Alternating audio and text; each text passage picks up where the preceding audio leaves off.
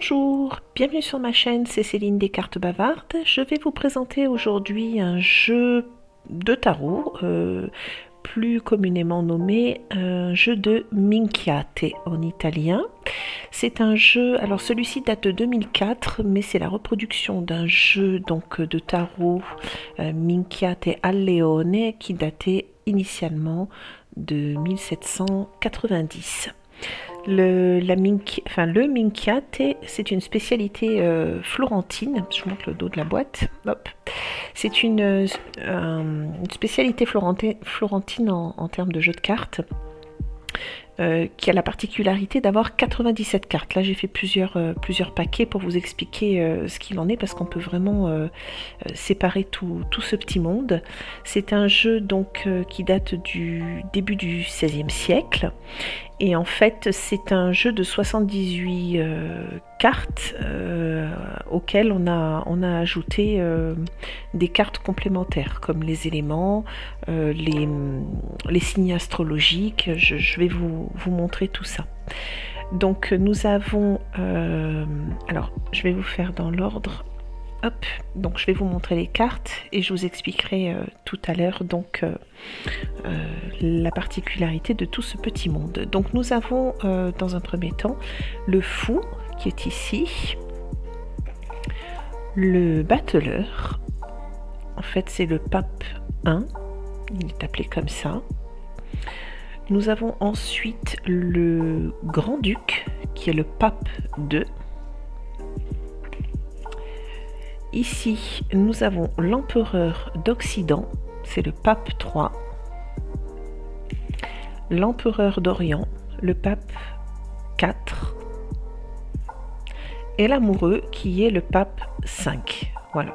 Donc ces cartes-là sont appelées, hormis le fou, donc toutes ces cartes-là sont, donc la 1, la 2, la 3, la 4 et la 5 sont nommées papi, c'est-à-dire pape au pluriel en italien.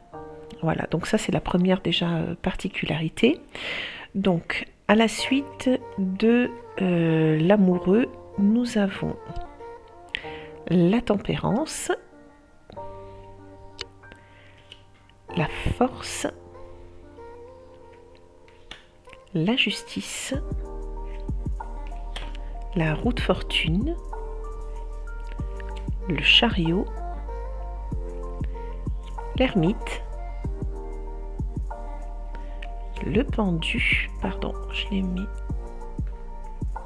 à l'envers, le pendu, la mort, le diable et la maison Dieu. Donc ça c'est la première partie classique, et nous avons ensuite les vertus. Alors les vertus sont ici. Il faut savoir qu'il y a deux sortes de vertus. Donc vous avez les vertus théologales, c'est-à-dire qui ont Dieu pour objet. Je vous épargne les recherches sur internet. Donc les vertus théologales avec Dieu pour objet. Donc dans ces vertus-là, vous avez la foi qui est ici. Alors attendez, que je vous dise pas de bêtises.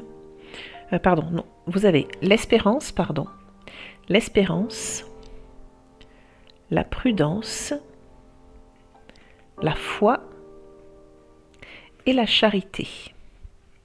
Donc il faut savoir que vous avez ici, donc il y a les trois foi théologales, donc la foi, l'espérance, la charité, et il y en a une qui a été rajoutée, donc ça c'est une vertu cardinale, qui fait partie donc des vertus fondamentales, je dirais, pardon. Donc vous avez dans les vertus fondamentales, normalement vous avez donc la prudence, la tempérance, la force et la justice. Mais dans ce jeu-là, la prudence a été rajoutée avec ces trois-là. Voilà, c'est une autre des particularités de ce jeu. Ensuite, nous avons les 4 éléments qui sont ici. Donc nous avons le feu, l'eau, la terre et l'air. Les dessins d'ailleurs me font un petit peu penser à l'oracle Béline. Les dessins un peu comme ça. Et ensuite, donc une fois que nous avons passé les éléments, nous avons, hop, on va reprendre ici, les signes du zodiaque. Donc là aussi, c'est complètement différent de notre jeu de tarot classique. Donc nous avons la balance, la vierge, le scorpion, le bélier, le capricorne, le sagittaire, le cancer, le poisson, le verseau, le lion, taureau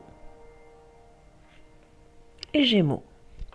Voilà pour ce qui est des signes donc astrologiques. Je vais les remettre ici. Les éléments, les vertus, et s'en suivent ensuite, donc là nous avons l'étoile,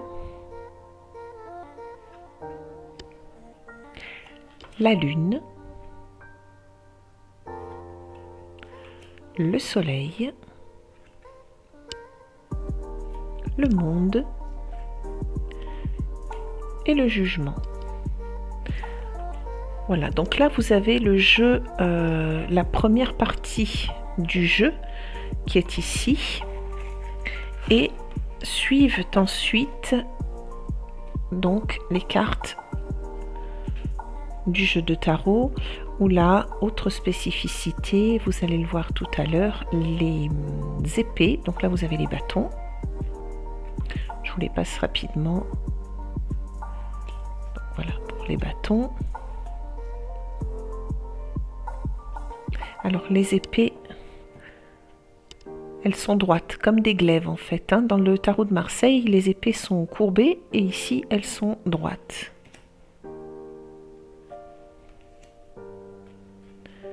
Je vous les passe très rapidement.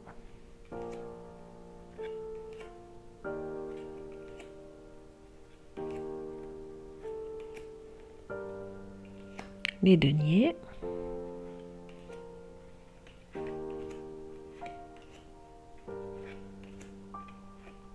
Qui sont ici, hop. J'ai volontairement mis les personnages de cour à part, je vous expliquerai parce que là aussi il y a une particularité. Vous avez ensuite les coupes.